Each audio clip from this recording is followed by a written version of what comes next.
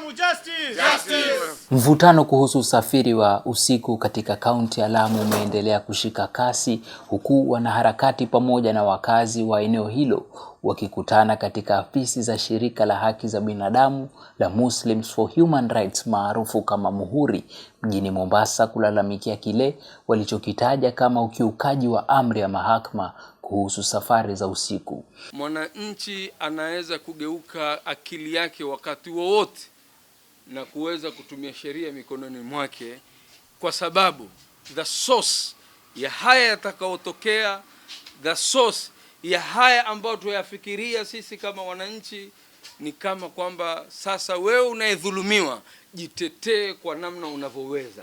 Hatua hiyo imejiri baada ya mamia ya magari na malori yaliyokuwa yakielekea Lamu kuziba barabara katika eneo la Minjila kwa zaidi ya saa 8, wakitaka polisi kusitisha vizuizi vya usafiri wa usiku.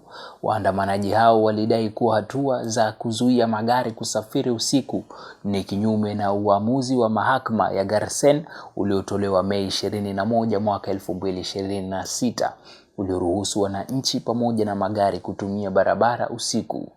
Wanaharakati hao sasa wamemrai Rais wa Kenya kuingilia kati kuzungumza na Wizara ya Usalama wa Ndani inayoongozwa na Kipchumba Murkomen pamoja na Inspector Generali wa Polisi Douglas Kanja ili kuhakikisha kuwa amri ya mahakama inatekelezwa na safari za usiku kurejeshwa bila vikwazo. 26 mwaka huu tulifikisha kesi mahakamani kuchallenge hiyo curfew ambayo imefanywa permanent kule Lamu.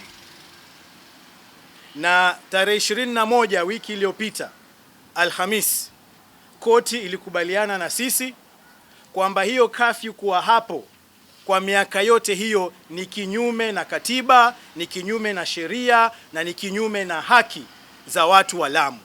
Akizungumza na wanahabari, mkurugenzi mkuu wa Muslims for Human Rights Khelef Khalifa alisema kuwa vizuizi hivyo vimedumu kwa zaidi ya muongo mmoja na vinakiuka haki za kibinadamu pamoja na uhuru wa wananchi wa kutembea. Na sisi tunaambia watu wa Lamu wasimame na wasiondoke.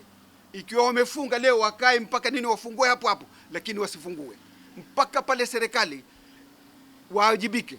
Huu ni mwaka unakurubia mwaka 12 ambayo hiyo kafu inaendelea, na hakuna kafyu ambayo inaweza kuendelea kwa muda mrefu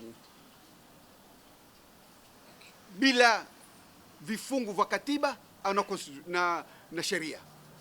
Nikiripotia runinga Al Hajar, mimi ni Odit Ayata. Justice for Lamu, justice. Justice.